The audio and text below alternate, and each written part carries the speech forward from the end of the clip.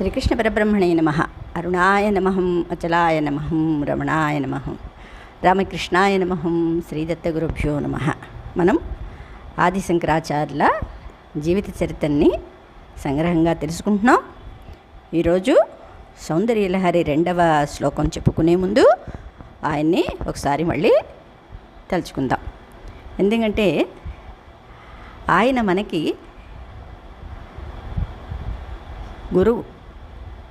గురువుని తలుచుకోకుండా ఏ పని కూడా మొదలెట్టకూడదు కదా.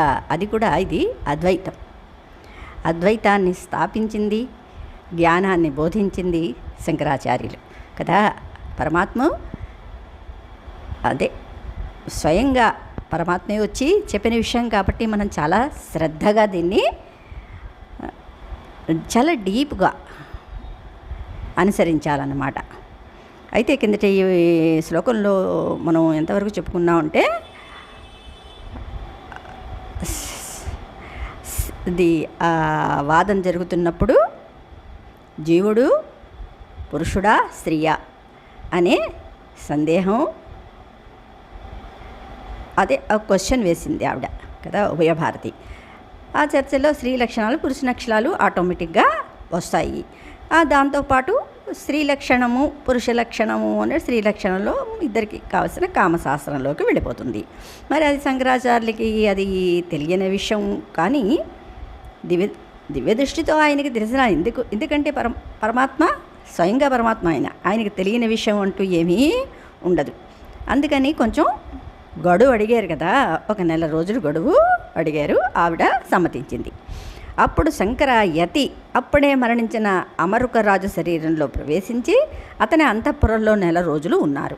రాజపత్నిని తాను ముట్టుకోరాదని ఆంక్ష పెట్టి, అంటే నేను ఒక దీక్షలో ఉన్నాను అని కదా, ఆమెను గురువుగా స్వీకరించి కామసూత్రాధ్యయనం చేశారు. అప్పుడే ఆయన అమరుకావ్యం అనే గ్రంథం కూడా రాశారని చెప్తారు. ఇంతలో ఒక కొండగుహలో దాచిన తన సొంత శరీరానికి అగ్ని ప్రమాదం ఏర్పడిందని గ్రహించి శంకరులు వెంటనే రాధ శరీరం వదిలి తన శరీరంలో ప్రవేశించి లక్ష్మీ నృసింహకరావలంబ స్తోత్రం చెప్పి కొంత కాలిన తన శరీరాన్ని మళ్ళీ సరి చేసుకున్నారు. శంకరులు మళ్ళీ వాదానికి వచ్చేసరికి ఉభయభారతికి విషయం అర్థమైపోయింది. ఎందుకంటే స్వామి, నువ్వే శివుడివి, మా శాపాలు పోగొట్టి మమ్మల్ని మా లోకానికి తీసుకుపోవడానికి నువ్వు వచ్చావని నాకు తెలుసు. నా భర్తను నీ శిష్యుడిగా స్వీకరించు అని చెప్పి ఆమె అంతర్ధానమైపోయింది. వెంటనే శంకరాచార్యులు తన మంత్రబలంతో ఆమె వెళ్ళిపోకుండా నిలబెట్టి, అమ్మా, ఉపనిషత్తులు చెప్పే జ్ఞానమూర్తివి నువ్వే అని నాకు తెలుసు.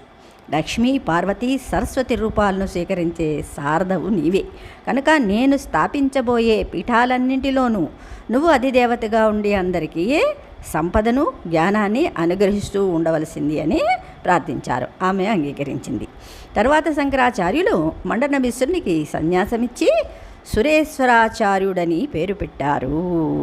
ఎప్పుడైనా సన్యాసం తీసుకున్నప్పుడు పేరు ఎందుకు మారిపోతుందండి అంటే, ఈ శరీరంలో ఈ పేరుతో ఉన్న వ్యక్తి వేరొక బుద్ధిలోకి ప్రవేశిస్తారన్నమాట. ఆ బుద్ధికి తగ్గట్టుగా ఆయనకి గురువులు, అంటే వాళ్ళ స్థితిని బట్టి గురువులు వాళ్ళకి పేరు పెడతారన్నమాట. ఏదో ఒక పేరు ఉండాలి కదా, అది ఉచ్చస్థితిలో ఉన్న నీచస్థితిలో ఉన్న. ఇప్పుడు చీమకి చీమ అనే పేరు, మనిషికి మనిషి అనే పేరు ఉంది కదా. అది చిన్న పెద్ద అనే తేడా ఉండినా ఉండకపోయినా పేరు తెలుసుకోవడానికి కంపల్సరీ. అందుకని ఇక్కడ సురేశ్వరాచార్యులు అంటే మంచి బుద్ధి కదా ఉంది. ఆదిశంకరులు చూపిన మహిమలు కోకొల్లలు, చిత్ర విచిత్రాలు ఎన్నో. ఆయన ఔదార్యం అనిర్వచనీయం. పేద బ్రాహ్మణుల కోసం లక్ష్మీదేవిని స్తుతించి కనకధారాస్తవం సృష్టించి వారికి ఐశ్వర్యం కలిగేలా చూశారు. అంతటి శక్తిమంతుడై ఉండి కూడా అతి సామాన్య జీవితాన్ని గడపటం సర్వమానవ సమానత్వానికి, మానవతా దృక్పథానికి ప్రత్యక్ష దృష్టాంతరమని చెప్పక తప్పదు. ఎల్లప్పుడూ పాదచారిగానే తిరిగాడే శంకరులు సంస్కరణ, సౌశీల్యం, సామరస్యం, సౌజన్య స్వభావం అవధులు లేనివి. మూకాంబికా క్షేత్రానికి వెళ్తూ మరణించిన ఒక బ్రాహ్మణ బాలుని బ్రతికించటం, మందమతులైన హస్తామలకుడు ఆనందగిరిని విజ్ఞానఘనులుగా చేయటం, తన తల్లికే మాయ గురించి బోధ చేయటం, సాక్షాత్ పరమశివుడే ప్రత్యక్షం కావడం శంకరాచార్యుల వారి మహాపురుషత్వానికి దివ్యాంశ ప్రభావాన్ని వెల్లడి చేస్తున్నాయి. శంకరులు తన యాత్ర కొనసాగిస్తూ తుంగభద్ర తీరాన గల శృంగేరికి వచ్చారు. అక్కడ ఒక వింత దృశ్యం ఆయన కంటపడ్డది. ఒక కప్ప ప్రసవిస్తుంటే ఒక పాము తన పడగతో దానికి నీడబడుతోంది. అది చూసి ఆ క్షేత్రం మహత్యాన్ని గ్రహించి శంకరాచార్యులు అక్కడ ఒక శిలపై శ్రీచక్రాన్ని లిఖించి దానిలోకి శారదాంబను ఆకర్షించి అక్కడ తన ప్రప్రథమ పీఠాన్ని నెలకొల్పారు. ఆ తర్వాత ఆయన 4 దిక్కుల్లోనూ పీఠాలను స్థాపించారు. ఆపై అన్ని చోట్ల శారదా చంద్రమౌళీశ్వరులే ప్రధాన దేవతలు. అంటే ఇక్కడ స్థాన మహిమ అని కొంత ఉంటుంది. ఎందుకు మనం క్షేత్రాలు దర్శించాలి? మనకి భాగవతంలో కూడా కృష్ణుణ్ణి ఒకసారి అదే ధూమ్రాక్షుడు ఎవడు గాలి ఎత్తుకుపోతే మళ్ళీ ఆయన సురక్షితంగా కిందకి వచ్చినప్పుడు యశోద అనుకుంటుంది నేను ఏ పుణ్యాలు చేశానో, ఏ తీర్థాలు దర్శించానో, ఏ స్థలాలు పాదయాత్ర చేశానో, అవునా, ఏ ఋషుల భూమిని స్పృశించానో, అందుకని నా కృష్ణయ్య సురక్షితంగా ఉన్నారు అని. అందుకని అన్నమాట. అంటే అక్కడ మన యొక్క ప్రాముఖ్యత కాదు, మేము ఇంత వెళ్ళేవండి, ఇంత దర్శించుకున్నామండి, ఇంత చేసేవండి, నీదేమీ లేదు అక్కడ కదా. నీవు ఒక ప్రయాణికుడు మాత్రమే. ఆ స్థల ప్రభావం అంటే నువ్వు వెళ్ళిన చోటు ప్రభావం నీకు చూపిస్తుందన్నమాట. అందుకనే తీర్థయాత్రలు ఈ మఠాల్ని దర్శించమని చెప్తారన్నమాట. ఎందరినో ఎన్నో విధాలుగా ఆశ్చర్య శక్తుల్ని చేసిన శ్రీ శంకరాచార్యులు వారు అతి చిన్న వయస్సులోనే కన్నుమూయటం దురదృష్టకరం. ఆర్య సంస్కృతికి కొత్త ఊపిరిపోసి మతత్రయ కర్తలతో సాటి లేని అగ్రగణ్యునిగా అద్వైత సిద్ధాంతాన్ని సమగ్ర రూపంలో ప్రతిపాదించి మాయావాదాన్ని వ్యాప్తిలోకి తెచ్చిన మహాపురుషుడు ఆది శంకరాచార్యులు. శంకరాచార్యుని కొందరు ప్రచ్ఛన్న బౌద్ధుడని, మరికొందరు అవైదికుడని అంటారు. శంకరాచార్యులపై బౌద్ధమత ప్రభావం ఉండివటంలో అతిశయోక్తి లేదు. ఎందుకంటే ఆ కాలంలోనే అది బహుప్రచారంలో ఉంది కాబట్టే మళ్ళీ దాన్ని బౌద్ధులు ఎవరు? శూన్యవాదులు అని చెప్తాం కదా.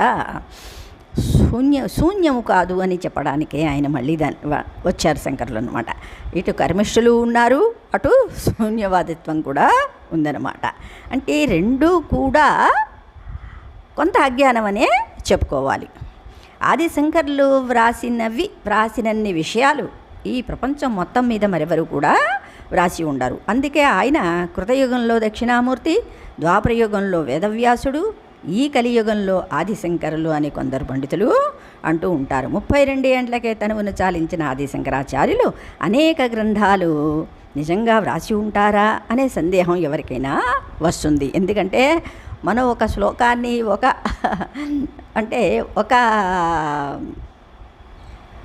ఒక సంక్షిప్తం అయిన ఒక నారాయణీయం అనుకోండి, అష్టోత్తరయాలు అనుకోండి, ఇలాంటివి నేర్చుకునేకి మనకి చాలా టైం పట్టేస్తుంది కదా. అలాంటిది 32 వయస్సులోకి మొత్తం అంతా కూడా ఆయన కంప్లీట్ చేసేసారు. తన జీవిత లక్ష్యం ఏమిటో దాన్నంతా పూర్తి చేసుకున్నారన్నమాట. అంతేకాదు ఆది శంకరుని పేరుతో ఇంకా వేరెవరు ఉన్నారేమో అన్న అనుమానం కూడా వస్తుంది. ఇన్ని ఎలా రాయగలిగారు? ఇంక వేరే ఉండి ఉంటారేమో. ఈ అంశంపై ఇప్పటికీ పండితులు వాదులాడుతూనే ఉన్నారు. బ్రహ్మసూత్రాలు, ఉపనిషత్తులు, భగవద్గీతలపై శ్రీ శంకరాచార్యుల వారు భాష్యాలు వ్రాసారు. ఎందుకంటే ఇవి ప్రస్థానత్రయం అన్నారు వీటిని. ఏమిటి ప్రస్థానత్రయం అంటే ఒక లక్ష్యానికి చేరుకోవడానికి ఒక అర్హత ఉండాలి కదా. అంటే ప్రస్థానం అనగానే ఇక్కడ మోక్ష ప్రయాణం అంటే ఇంకా నాకు జన్మ వద్దు అనుకునేవాళ్ళు అంతకుముందే చాలా చేసి ఉండాలి అన్నమాట. అవునా? అష్టాంగ యోగాలు అని వీటన్నిటినీ దాటికి చెప్పాలి అంటే సన్యాసం కూడా దాటిపోవాలి. సన్యాసిని కూడా నేను సన్యాసి అనే బుద్ధి ఉంటుంది కదా. అంటే ఇక్కడ ఏమవ్వాలి, యతి అంటే ఇంకా వీటన్నిటినీ దాటినవాడు కి ఒక చిన్న జిజ్ఞాస ఇంకా తెలియకపోతే అలాంటి వాళ్ళకి ఈ బ్రహ్మసూత్రాలు, ఉపనిషత్తులు, భగవద్గీత. ఈ భగవద్గీత గురించి మెల్లిగా చెప్తాను. ఈ భగవద్గీత అనేది ప్రస్థానత్రయంలో ఒకటి. అంటే ఇది ఎవరు చదవాలి, ఇప్పుడు చెప్పుకున్నాం కదా. ఎవరికైతే వైరాగ్యం విపరీతంగా, అంటే ఈ ప్రపంచం అంతా కూడా మాయ అనే సత్యం తెలుసుకోవాలనే అభిలాష కలుగుతుందో, దీని వెనకాతలు ఎవరు ఉన్నారు, ఎవరు నడిపిస్తున్నారు, అవునా, దానికి అది తెలుసుకోవాలనే జిజ్ఞాస. ఆర్థో జిజ్ఞాసు అర్థార్థి జ్ఞాని చ భరతర్షభ అన్నారు కదా. అంటే జిజ్ఞాస ఉంటే కానీ జ్ఞానం కలగదు. అసలు జ్ఞానం అంటేనే పరమాత్మ యొక్క ఉనికి. ఆ ఉనికిని తెలుసుకోవడమే, అంటే పరమాత్మ ఎవరు అని తెలుసుకుని చెప్పేదే జ్ఞానం అన్నమాట కదా. అది తెలుసుకున్నాక ఇంకేమీ అక్కరలేదు. సరే, ప్రస్థానత్రయం అని పిలుస్తారు. అంటే ఇప్పుడు మనం భగవద్గీతని ఏం చేస్తున్నాం, చిల్లర పెంకుల్లాగా వాటిని వ్యాప్తి చేసేస్తున్నారు. అంటే ఏమీ తెలియని అజ్ఞానికి మణిని తీసుకొచ్చి చేతిలో పెడితే వజ్రాన్ని, వాడికి అది రాయితో సమానమే కదా. దాని యొక్క విలువ ఎవరికి తెలుస్తుంది, ఆ వజ్రాన్ని తయారు చేసేవాడు, వజ్రం గురించి తెలిసిన వాడికి మాత్రమే తెలుస్తుంది కదా. అలాగే గీత అనేది ఎవరైతే ఈ ప్రస్థానత్రయంలో ప్రయాణిస్తున్నారో వారికి మాత్రమే అది అర్థమవుతుందన్నమాట. అంటే ఫస్టే ఈ ఒక ఫౌండేషన్ ఉండాలి. ఫౌండేషన్ లేనిదే భగవద్గీత అంత తొందరగా అర్థం కాదనమాట. ఫౌండేషన్ అంటే అది విచారణ లేనిదే అర్థం కాదది. ఇది ఏమీ కూడా శ్లోకాలు చదివేస్తే ముక్తి వచ్చేస్తుంది అని కాదు. శంకరాచార్యులు చెప్పినట్టుగా భగవద్గీతని ఒక శ్లోకం చదివినా, ఇదే గంగాజలాన్ని ఒక బిందువు నోట్లో వేసుకున్నా అంటే అక్కడ ఏమిటి, అది తాగితే, గంగాజలం తాగితే నీకు దాహం తీరుతుంది, దాహం తీరాలి. అలాగే భగవద్గీతను చదివిన వాళ్ళకి జ్ఞానం అంటే ఏమిటో తెలియాలి, అనుభవించాలి. అప్పుడు దానికి అర్థం అన్నమాట. ఆ చదివిన దానికి మనకి అర్థం లభిస్తుంది. శ్రీకృష్ణ పరబ్రహ్మణే నమః. అపరోక్షానుభూతి పంచి అంటే శంకరాచార్యులు ఇంకా రాసినవి. అపరోక్షానుభూతి, పంచీకరణము, వివేక చూడామణి, భజగోవిందం, శతశ్లోకి, శివానందలహరి, సౌందర్యలహరి, ఆనందలహరి, నవరత్నమాలిక మొదలైన గ్రంథాలు ఎన్నో రాసిన ఘనత శంకరాచార్యులదే అన్నారు. అయితే శంకరులనగా సరే, ఆ విధంగా శ్రీశంకరుల జయంతియే మిగతా. అంటే ఫస్ట్ అందరికీ జయంతి చేస్తున్నారు కదా, ఎలాగా సరే, వేదాలు, స్మృతులు శ్రీశంకరాల అవతారం వల్లనే పునరుద్ధరించబడ్డాయి. వాటి పునరుద్ధరణ వల్లనే శ్రీరామనవమి, కృష్ణాష్టమి, సంక్రాంతి మొదలైన పండుగలు జరుపుకోవడం అనే ఆచారం పునరుద్ధరించబడింది అన్నారు. ఆ విధంగా శ్రీ శంకర జయంతియే మిగతా అన్ని జయంతులకు జరగడానికి మూల కారణమైనది అన్నారు. సరే, శంకరులనగా ప్రపంచానికి ఆనందాన్ని కలిగించేవారు ఆయనే శివుడు. ఆయన అసలైన ఆధ్యాత్మిక సత్యాన్ని కనుగొన్నారు, స్పష్టం చేశారు, శాస్త్రబద్ధం చేశారు. శంకరుడు జ్ఞాని, సత్యస్థుడు. కాబట్టే మన కన్నులు తెరిపించి మనకు మన ఎదుటే ఉన్న పరిపూర్ణ సత్యాన్ని గోచరింపజేశారు. అంతా పూర్ణ సత్యమే తప్ప అపరిపూర్ణం అంటూ ఏదీ లేదని తెలియజేశారు. ఇలాగా బృహదారణ్యకోపనిషత్తులోని శుక్లయజుర్వేదంలో మంత్రం కదా, ఓం పూర్ణమద పూర్ణమిదం పూర్ణాత్ పూర్ణముదచ్యతే పూర్ణస్య పూర్ణమాదాయ పూర్ణమేవా విశిష్యతే అన్నారు. అంతా పూర్ణమే, పూర్ణం నుండే పూర్ణం జనించింది, అది పూర్ణంగానే ఉంటుంది అన్న పరమ సత్యాన్ని ఘోషింపజేసిన వారు శంకరులు. శంకరులు గత కాలం వారికి, నేటి వారికి, రాబోయే వారికి అందరికీ మార్గదర్శకులు. మనకు శాంతి కావాలా, సుఖం కావాలా, ఆనందం కావాలా, అయితే మనం స్వతంత్రులం, పరిపూర్ణులం. అంటే మనకి ఏది కావాలో మనం దాన్ని పొందగలిగే కెపాసిటీ జీవుడికి ఉంది. ఎందుకంటే జీవుడికి ఒక్కనికే బుద్ధి ఉందన్నమాట. ముక్తులు అని గ్రహించాలి. దీనికి వ్యతిరేకమైన భ్రమల నుండి బయటపడాలి.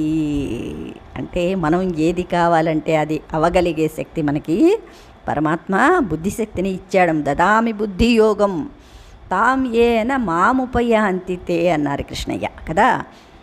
మనం భ్రమల నుండి బయటపడడానికి, స్వతంత్రులమన్న సత్యాన్ని తెలుసుకోవడానికి శంకరులు మనకి మార్గం చూపుతారు. శంకరులు మనకు సద్గురువు అయ్యి మనల్ని నడిపిస్తారు. శ్రీకృష్ణ పరబ్రహ్మణే నమః. మొత్తం సౌందర్యలహలో 2వ శ్లోకం చెప్పుకుందాం.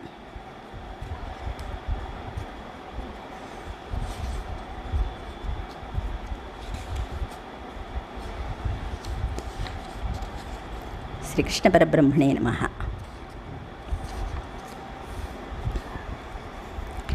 తనీయాం సంపాంసుం తవ చరణ పంకేరుహభవం విరించి సంచిన్వన్ విరచయతి లోకాన వికలం వహత్యేనం సౌరిః కథమపి సహస్రేణ శిరసాం హరస్సంక్షోధ్యేనం భజతి భసితో ధూళన విధిం. తనీయాం సంపాంసుం తవ చరణ పంకేరుహభవం విరించి సంచిన్వన్ విరచయతి లోకాన వికలం వహత్యేనం సౌరిః కథమపి సహస్రేణ శిరసాం హరస్సంక్షోధ్వేనం భజతి భసితో ధూళన విధిం. తనీయాం సంపాంసుం తవ చరణ పంకేరుహభవం విరించి సంచిన్వన్ విరచయతి లోకాన వికలం వహత్యేనం సౌరిః కథమపి సహస్రేణ శిరసాం హరస్సంక్షోధ్వేనం భజతి భసితో ధూళన విధిం. అంటే ఇక్కడ ఏదైనా ఒక పని చెయ్యాలి అంటే ఏం కావాలో శంకరులు చెప్తున్నారు. ఏం కావాలో, ఎవరికి కావాలో కదా. విరించి అంటే బ్రహ్మ తవ నీదైన చరణ పంకేరుహాభవం అంటే నీ పాదకమలాలను అంటుకొన్న పాంసుం అంటే ధూళిని, తనీయాంశం అతి స్వల్ప మాత్రమే అయినా సంచిన్వన్ పొందగలిగిన వాడైనప్పటికీ లోకాన్ సకల లోకాలను అవికలం అంటే ఏ విధమైన లోపం లేని రీతిగా విరచయ్యతి సృష్టి చేయగలుగుతున్నాడు అన్నారు. అంటే ఆ అమ్మవారి చిన్న పాదధూళి, కొంచెం రవ్వ కూడా ఎక్కువేనేమో, ఆ అంత పాదధూళి తన శిరస్సు మీద పెట్టుకొని, అంటే ఇక్కడ ఏమిటి శక్తి అంటే బుద్ధిని ఇస్తుంది కదా. ఆ బుద్ధితోటి సృష్టిలో ఏ చిన్న వికల్పం లేకుండా, అంటే ఎవరి శరీరానికి తగ్గ వాళ్ళ ఫలితాలని, వాటికి కావలసిన బుద్ధిని అవునా ప్రసాదించినటువంటిది. ఇది చాలా సూక్ష్మమైన బుద్ధి అన్నమాట. అంటే ఇక్కడ సత్వగుణంతో కూడిన, పూర్తి సత్వగుణంతో కూడినది. సత్వగుణం ఎవరండి? అమ్మే కదా, అవునా? గుణాల కలయికే అమ్మ. త్రిగుణాలు లేకపోతే మాయ లేదు కదా. మాయ అంటేనే ఒక సృష్టించడం, ఆవిడ కార్యక్రమమే అది. అందుకని అలాంటిది సత్వగుణం అన్నమాట. బ్రహ్మంకి సత్వగుణం లేనిదే ఇక్కడ భేదాలు లేకుండా, ఇంత పిసరు కూడా వైకల్యం చెందకుండా ఆ బ్రహ్మ తన యొక్క సృష్టిని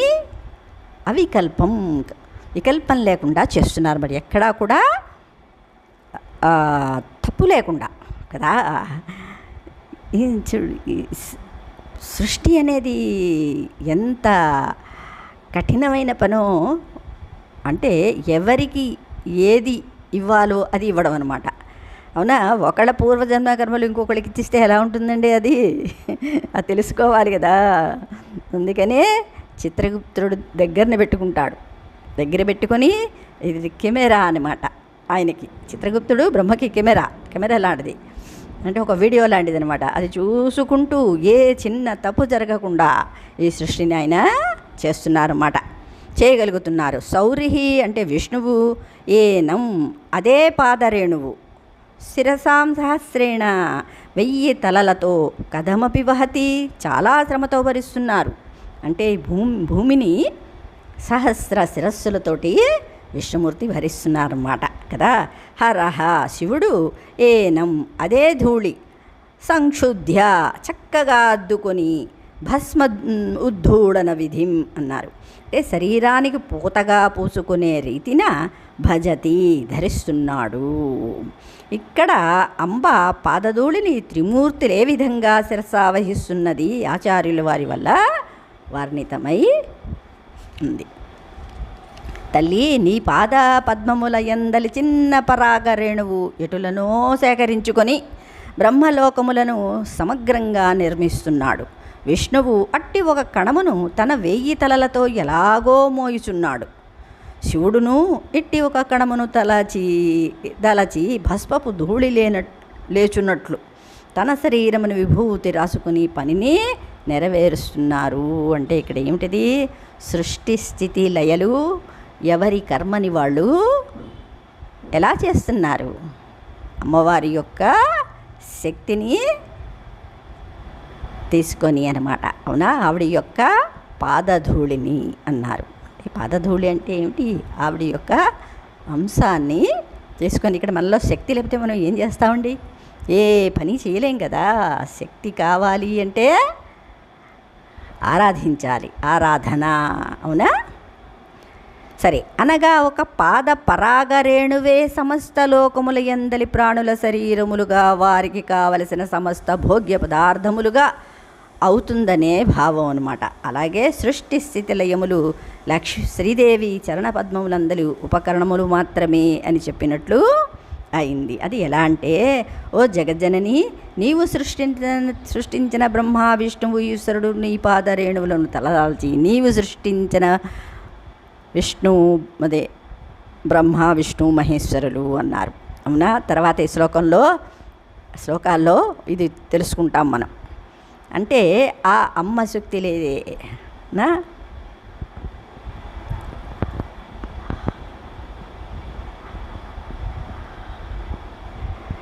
సృష్టి స్థితిలయములు చేయుటకు సమర్థులవుతున్నారు. బ్రహ్మని అనుగ్రహం వల్లనే అవికలమైన సృష్టి కార్యాన్ని నిరంతరం చేస్తున్నారు. శౌరిని పాదధూళి తలదాల్చి అత్యంత బలసంపన్నుడై ఆదిశేషువుగా తన సహస్ర శిరస్సులతో ఈ భూభారం మోస్తున్నారు. పరమేశ్వరుడిని పాదధూళిని భస్మంగా శరీరానికి పూసుకుని ప్రళయకాల రుద్రుడై ప్రపంచ ప్రళయాన్ని చేస్తున్నారు. భగవత్పాదుల వారు సమయ తత్వవేది కనుక సమయ అను పేరు గల చంద్రకళను 10 శ్లోకాల్లో స్తోత్రము చేస్తూ ఉన్నారు. 2వ శ్లోకము పాదపాంసువు మహిమ వర్ణన. అంటే ఇక్కడ పాదధూళి మహిమ వర్ణన అన్నమాట. పాదరజమునకు అంతటి మహత్యం చెప్పబడింది. అమ్మ పాదధూళి లేసమంత తలదాల్చిననే బ్రహ్మ విష్ణు మహేశ్వరులు సృష్టి స్థితిలయములు చేయగలుగుతున్నారు. ఆ పరదేవత కృప పూర్తిగా ఉన్నచో సాధుగుడెంతటి కార్యమునైనా సాధించగలడని భావము. ఈ శ్లోకం కూడా మెల్లిమెల్లిగా వస్తుందన్నమాట. అంటే ఉపాసకులకి ఎంత శక్తి ఉంటుందో తర్వాత చెప్తారు. మహత్యేనం సౌరిహి కథమపి సహస్రేణ శిరసాం, ఆదిశేషునకు కదా 1000 తలలున్నది, శ్రీహరికెట్లు అని మనకి అనిపించవచ్చు కదా. ఆదిశేషు ఇక్కడ తల ఉంది, శ్రీహరి ఎలా మోస్తున్నాడు 10,000 శిరస్సులతో అని ఉంటుంది. సౌరిహి అనుడితే శేషుడు లక్ష్యమగును, బలభద్రుడు శేషావతారమయ్యి నందున, లేక శృణాతిని చంపుట కరచుట కలవాడు సౌరి సర్పరాజు శేషుడు అనుట. చతుస్సతి అను గ్రంథంలో సౌరిహి విష్ణు అని క్రింది శ్లోకం మనకి చెప్తుంది. ఏమని? శింసుమారాత్మనా విష్ణు భూరాధీనూర్ధ్వతస్థితాన్ దధ్రేశేషతయా లోకాన్ సప్తలోకానధస్థితాన్ అన్నారు. లోకానధస్థితాన్ అన్నారు అంటే ఈ ప్రకారం శేషుడే విష్ణువు, జగద్రక్షణాధికారం సౌరిదే. పంచభూతములు మూలకములు అంటే ఇక్కడ ఏంటంటే పంచభూతకములు మూలకములు దేవి పాదరజమునందే ఉద్భవించాయి, సమస్త ప్రపంచ సృష్టికి మూలభూతమయ్యాయి. దీనికి ఒక యంత్రం, తంత్రం, మంత్రం అంటారు. అంటే ఇక్కడ ఏమిటి యంత్రం, తంత్రం, మంత్రం లేనిదే సృష్టిలో ఏదీ లేదు. అన్నీ కూడా ఈ మూడిటితోటి కూడి ఉన్నాయి కదా. యంత్రం అంటే ఏమిటి? మన శరీరమే.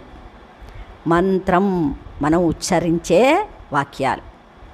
యంత్రం, మంత్రం, తంత్రం. తంత్రం అంటే పూజా విధానం. అది నువ్వు ఒక కూర చెయ్యడానికి అనేది నాకు కొంత ఉంటుంది కదా విధానం, అవునా?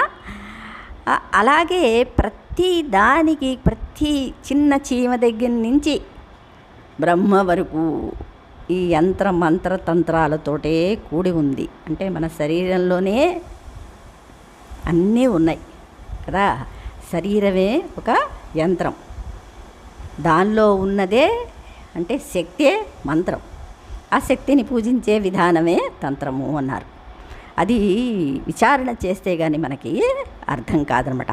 అది బాహ్యంగా అంటే ఆంతరికంగా విచారం చేయడానికి అందరికీ సాధ్యం కాదు. కాబట్టి ఒక పూజా విధానాన్ని, ఒక యంత్రాన్ని ఋషులు కనిపెట్టి దాన్ని ఈ విధంగా చేసుకుంటుంటే మెల్లిగా జ్ఞానం కలుగుతుందన్నమాట. అర్థమైందా? అది సరే. ఈ తంత్రం యంత్రం వల్ల ఏమొస్తుందంటే మానవుడు అనుకున్న పని సాధించడానికి, సర్వజనులను వశీకరణం చేసుకోవడానికి ఉపయోగపడుతుంది అన్నారు. అంటే ఇవి ఎవరు చేయాలి? ఇవి మనకు అవసరమా అనుకున్న వాళ్ళకి అక్కరలేదు కదా. కానీ కావాలి అని కొన్ని మనస్సుకి ఎన్నో రకాల ఆలోచనలు కదా. అందుకని జీవుడు ఏదో ఒక రకంగా దేన్నో దాన్ని వెతుకుతూ ఉంటాడనమాట. ఆ వెతకటంలోనే శంకరులు అందరికీ అన్నీ అందించారు. ఎవరెవరు ఏది కావాలో దాన్ని మీరు అనుభవించండి అని ఈ శ్లోకాలు అన్నమాట. అమ్మవారి శ్లోకాలు అన్నీ ఇస్తుంది ఆవిడ. సృష్టిలో అన్నీ ఉన్నాయి కదా, లేనిదేమిటి? ఈ సృష్టికి మూలమే కోరికలు కదా. ఆ కోరికలు అందరిలోని ఒకటే రకంగా ఉంటాయి అంటే ఉండవు. అందరికీ ఎన్నో రకాల సమస్యలు, ఎన్నో రకాల కోరికలు, అవునా? అందుకనే ఈ కోరికలని దాటిన వాళ్ళకే ఆజ్ఞాచక్రం అంటారు. ఆజ్ఞ ఇస్తుంది. సరే, వీడికి ఏవీ అవసరం లేదు సృష్టిలోని, అందుకని వీడు మహానుభావుడు అంటారు అంటే వాళ్ళని మనం కూడా చూస్తూనే ఉన్నాం కదా. శ్రీకృష్ణ పరబ్రహ్మణే నమః.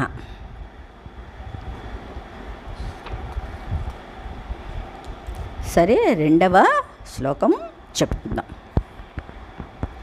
అవిద్యానాం అంతస్థిమిరమిహిరద్వీపనగరీ జడానాం చైతన్య స్తబకమకరందశ్రుతిఝరీ దరిద్రాణాం చింతామణిగుణనికా జన్మజలధౌ నిమగ్నానాం దంష్ట్రాం మురరిపువరాహస్య భవతి.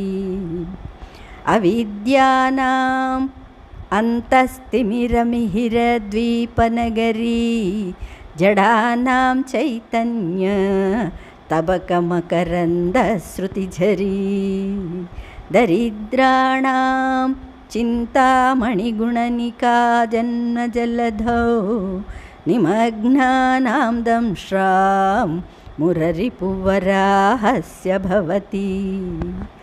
అవిద్యానాం అంతస్థిమిరమిహిరద్వీపనగరీ జడానాం చైతన్య స్తబకమకరందశ్రుతిఝరీ దరిద్రాణాం చింతామణిగుణనికా జన్మజలధౌ నిమగ్నానాం దంష్ట్రాం మురరిపువరాహస్య భవతి. కృష్ణార్పణ.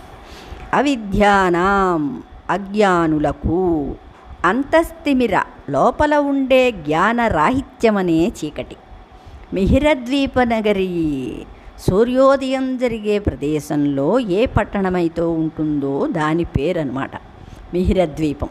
జడానాం మందబుద్ధులకు చైతన్యస్తబక జ్ఞానం అనే పూలగుత్తుల నుంచి మకరంద శృతిఝరి అన్నారు. అడ్డు ఆపు లేకుండా వెలువడే తేనె సోనల ధారా ప్రవాహం.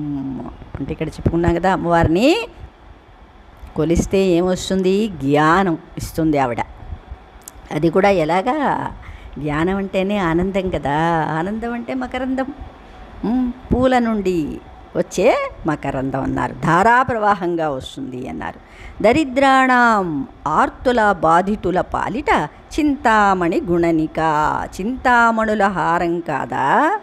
జన్మజలధౌ అంటే సంసారమనే సాగరంలో నిమగ్నానాం మునిగి ఉక్కిరిబిక్కిరయ్యే వారికి మురరి పువ్వరాహస్య శ్రీహరి ఎత్తిన ఆదివరాహ అవతారపు ద్రంష్టాంభవతి పంటి కోర అవుతోంది అన్నారు. అంటే సంసార జలధిలోంచి ఆవిడ ఇలా పైకి ఎత్తేస్తుందన్నమాట. అంటే జ్ఞానం ఏంటండి? సంసారాన్ని దాటిస్తుంది కదా జ్ఞానం. జ్ఞానం లేనిదే అక్కడ సంసారాన్ని దాటడం చాలా కష్టం. అంటే తామరాకు మీద నీటి బొట్టు. సంసారంలోనే ఉంటారు, బయట వాళ్ళకి ఎవరికీ కనబడరు. వాళ్ళు సంసారంలో ఉన్నట్టే మనకు అనిపిస్తుంది, కానీ లోపల ఉన్న జ్ఞానం వాళ్ళని అది అంటకుండా చేస్తుందన్నమాట. శ్రీకృష్ణ పరబ్రహ్మణే నమః. ఓ మాత, భవదీయ పాదధూళి అజ్ఞాన రూపాంధకారంలో పరిభ్రమించే వారికి భాస్కరుడు తేజరిల్లే నగరంలాగాను అంటే నగరంగాను, మూర్ఖులకు జ్ఞానం అన్న పుష్పగుచ్చానికి మధుధారా ప్రవాహంగాను.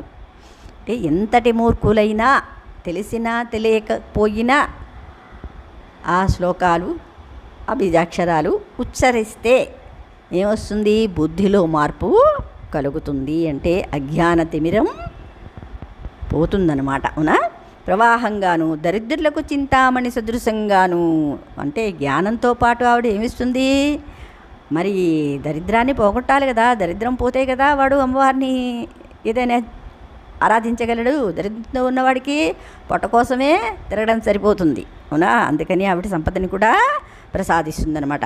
సంసార సాగరంలో మునిగిపోయిన వారికి వరాహమూర్తి అయిన శ్రీహరి దంశగాను అవుతూ ఉంది అన్నారు. 2వ శ్లోకంలో తనయ్యాంశం పాంసము అన్నారు కదా. వర్ణించిన అమ్మవారి పాదధూళికి ఉన్న మహిమ ఈ శ్లోకంలో విశేషంగా చెప్పబడిందనమాట. అంటే ఆ అమ్మవారి పాదధూళి ఇంకా ఏమిటేమిటి అందిస్తుంది అనేది కూడా ఇందులో చెప్పబడింది. ఆ జగద్జనని పాదధూళి అజ్ఞానుల హృదయాలలోని దట్టమైన అజ్ఞానాంధకారాన్ని పోగొట్టే సూర్యోదయ ప్రదేశ నగరం. 2 మందబుద్ధులకు జ్ఞానమనే కల్పవృక్ష కుసుమాల గుత్తిలోని తేనె కాలువ అన్నారు. 3వది దరిద్రులకు కోరిన సంపదలిచ్చే చింతామణుల సమూహం. 4 జనన మరణాత్మకమైన సంసార సముద్రంలో మునిగిన వానికి ఉద్ధరించే విష్ణువరాహమూర్తి కోర. మనకు కావలసినవన్నీ సమకూర్చే నిధి అమ్మ పాదధూళి.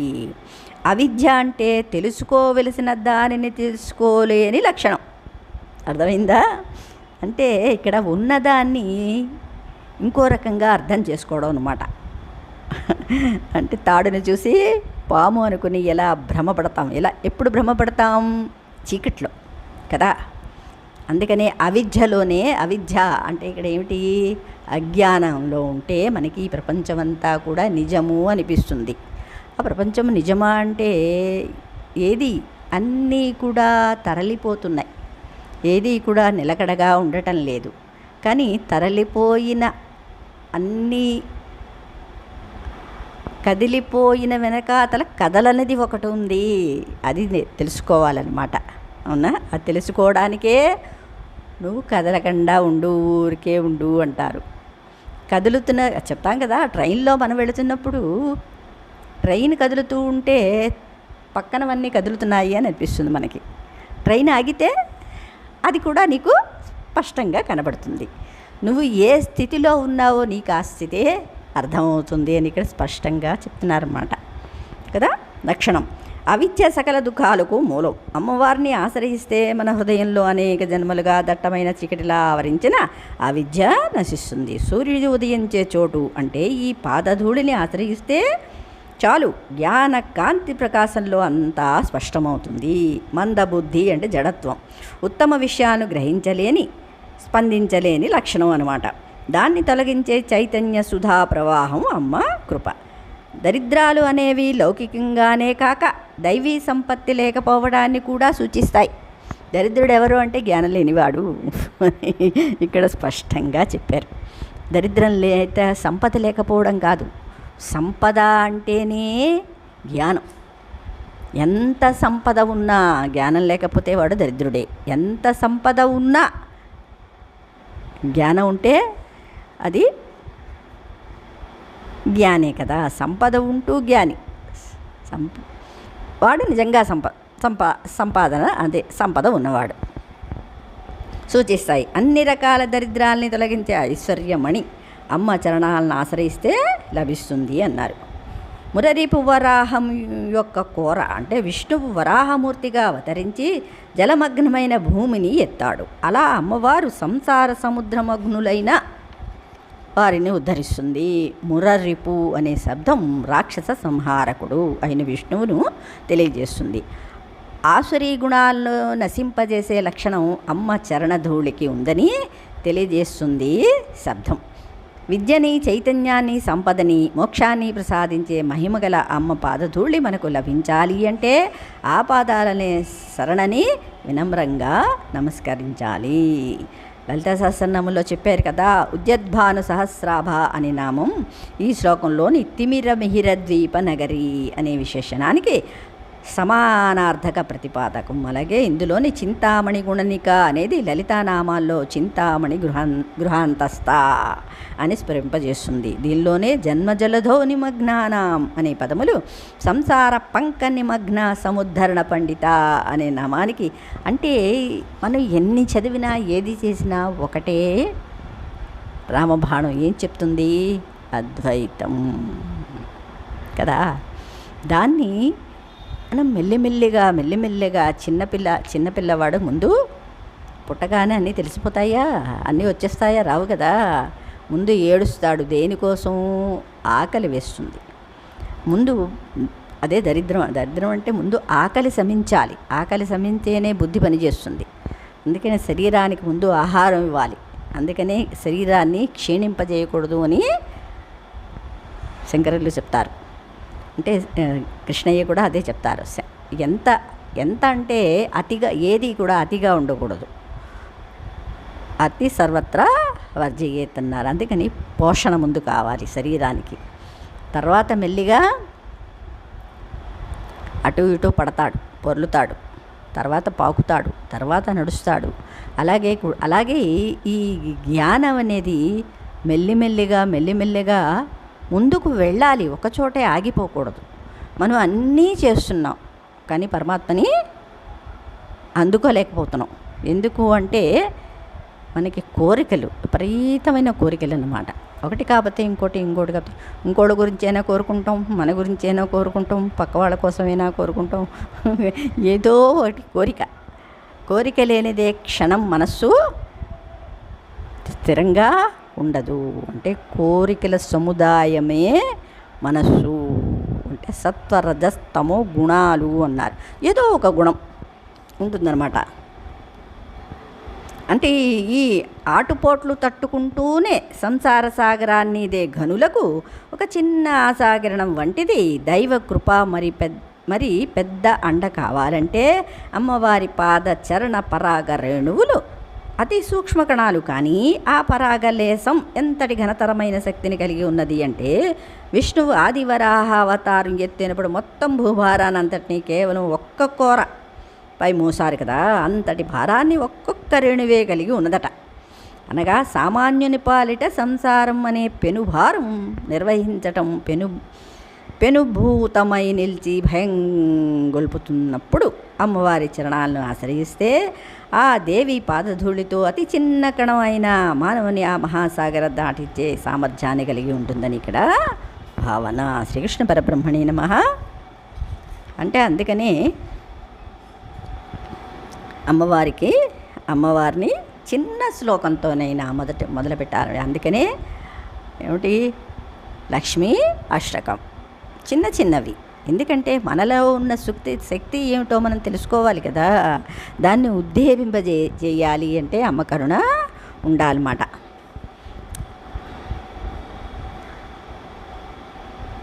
అంటే ఒక్కొక్క శ్లోకానికి ఏదైనా ఒక కోరిక ముడిపెట్టారు అక్కడ. అందుకే చెప్తున్నాం కదా, సృష్టిలో అందరికీ కూడా ఏదో ఒక కోరిక ఉంటుంది. శక్తి కలిగిన వాళ్ళు ఏవీ కోరిక లేకుండా వెళ్ళాలంటే అసాధ్యము.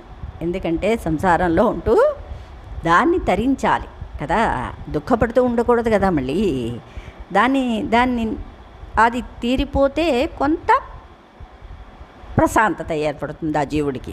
అందుకని ప్రతి శ్లోకానికి కూడా కొన్ని నియమాలు, కొంత జపం చెప్పబడ్డాయి అన్నమాట ఈ సౌందర్యలహరిలో. అలాగా చేసుకుంటూ ఉంటే, అలా చేసుకోవడానికంటే ఏ కోరిక లేకుండా ప్రతిరోజు సౌందర్యలహరి చక్కగా హాయిగా చదువుకోండి. అమ్మ తనంతట తానే అవన్నిటినీ తీరుస్తుందన్నమాట. మనం ఏం పెద్దగా కష్టపడకలి. ఏమిటి కష్టపడ్డాం అంటే సౌందర్యలహరిని చక్కగా నేర్చుకొని దానిలో ఉన్న భావాన్ని చక్కగా అర్థం చేసుకొని రోజు చదవగలిగితే దాన్ని మించిన పూజ కానీ నైవేద్యం కానీ ఏమీ లేదు. ఎందుకంటే ఈ శరీరమే యంత్రము, మంత్రము, తంత్రము అయి ఉంది కాబట్టి దాన్ని తెలుసుకోవాలి కదా. ఆ అనుభూతి నీకు కలగాలి. శ్రీకృష్ణ పరబ్రహ్మణే నమః.